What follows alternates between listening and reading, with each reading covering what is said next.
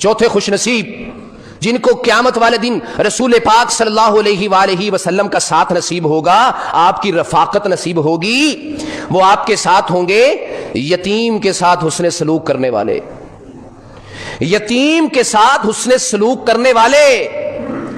लेकिन अफसोस की बात यह है, हमारे मुआशरे में जब कोई देखता है कि ये प्लॉट किसी यतीम का है, तो उसको अब ये लगता है कि इसके पीछे आने वाला कोई नहीं है, इसका वाली वारिस कोई नहीं है, लिहाजा इस प्लॉट के ऊपर कब्जा कर लो। ये जायदाद किसी यतीम की है, अब इसका कोई नहीं रहा, इस पर काबिज हो जाओ। यतीम का माल हड़प कर जाते, यतीम के सर पे हाथ रखने की बजाय, उसकी कफालत करने की बजाय, उसकी परवरिश करने की बजाय उसके छोटा होने का फायदा उठाते हैं, किसी का आसरा ना होने का फायदा उठाते हैं, किसी सरपरस्त के उसके ऊपर खड़े ना होने का फायदा उठाते हैं और उसकी माल जायदाद पे काबिज होने की कोशिश करते हैं। आपने फरमाया कि यतीम के साथ जो हुस्ने सलूक से पेश आएगा, अच्छे सलूक से पेश आएगा और उसके साथ उसकी अच्छी परवरिश करेगा, आना वहुआ फिल जन्नती कहातैन, वो भी इसी तरह जन्नत में मेरे साथ होगा जो एक यतीम के सर का सहारा बनने वाला है, जो किसी यतीम पर जुल्म नहीं करता, यतीम का माल नहीं हिठाता,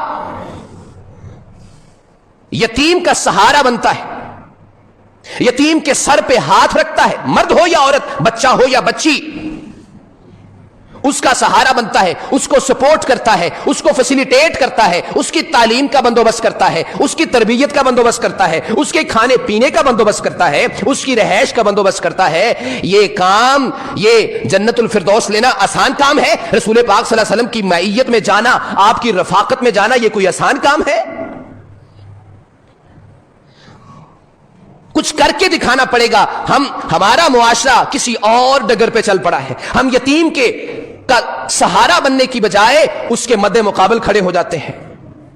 किसी दूसरे का तो क्या कहना, करीबी रिश्तेदार खिलाफ हो जाते हैं, करीबी रिश्तेदार माल हिटाने की कोशिश करते हैं, करीबी रिश्तेदार माल जायदाद पर काबिज होने की कोशिश करते हैं, बल्कि सबसे ज्यादा होते ही वही है। और शायद हम ये समझते हैं इतने सारे प्लाट जमा करके, इतने सारा मालो असबाब जमा करके, इतनी सारी जायदादें बना के क्या हम हमेशा के लिए यहां रहेंगे? हमारे पास जायदाद करून से ज्यादा है, फिरौन से ज्यादा है, हमान से ज्यादा है, शद्दाद से ज्यादा है।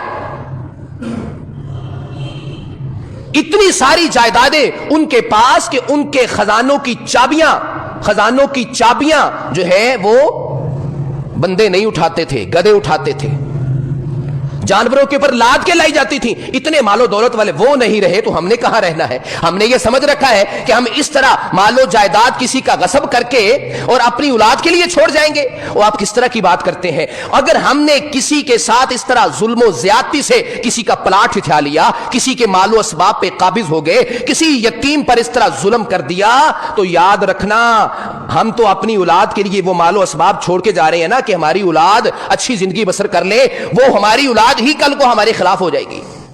हमारी कब्र पे दुआ करने की बजाय वो ये कहेगी कि ये हमारे बाप ने इस तरह कमाया था, चाहे वो मुंह से ना कहे, उनके दिल में ये बात मौजूद है। हलाल की कमाई कुछ और तरह से औलाद में नजर आती है, हराम की कमाई कुछ और तरह से औलाद में नजर आती है। किसी के कहने की जरूरत नहीं होती, ये देखने से ही पता चल जाता है। लिहाजा किसी दूसरे के, किसी कमजोर के मालो असबाब पर, मालो जायदाद पर नजर रखने की बजाय ये सोचें, अगर मैंने किसी की एक बलिश्त भी जमीन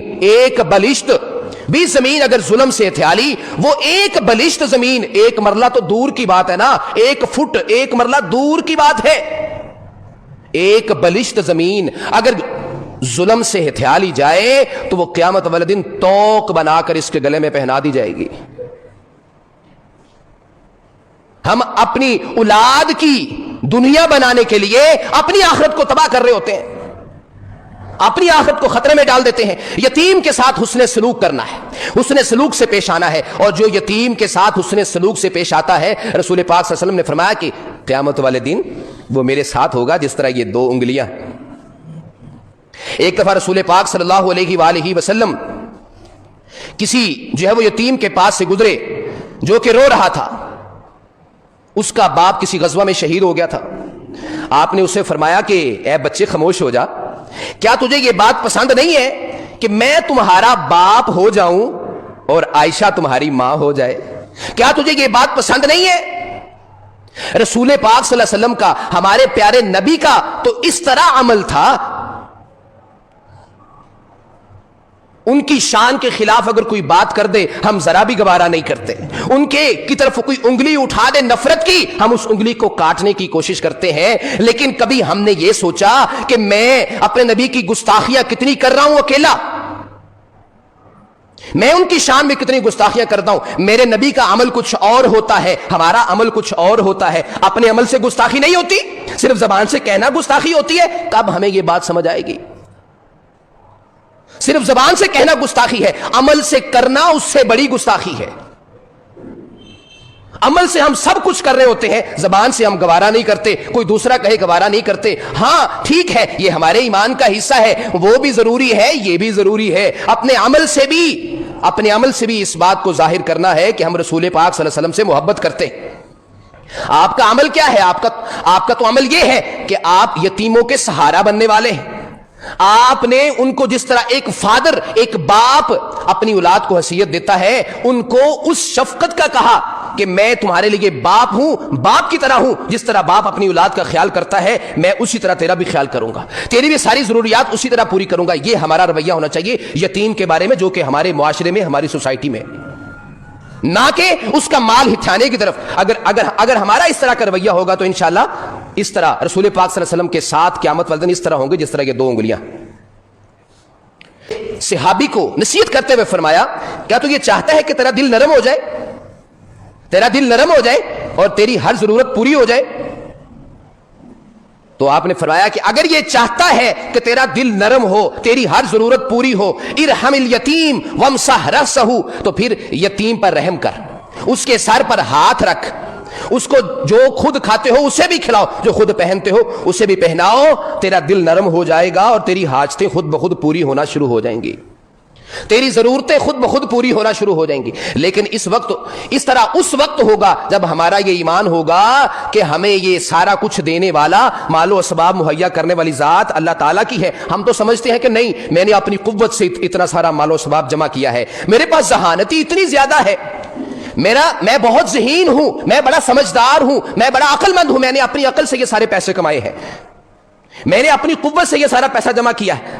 جب ہمارا اللہ کی طرف سے تعلق ٹوٹ جائے گا تو پھر کبھی بھی ہمارا دل مطمئن نہیں ہوگا، اطمینان نہیں آئے گا۔ تو لہذا یتیم کے ساتھ حسن سلوک سے پیش آنا ہے۔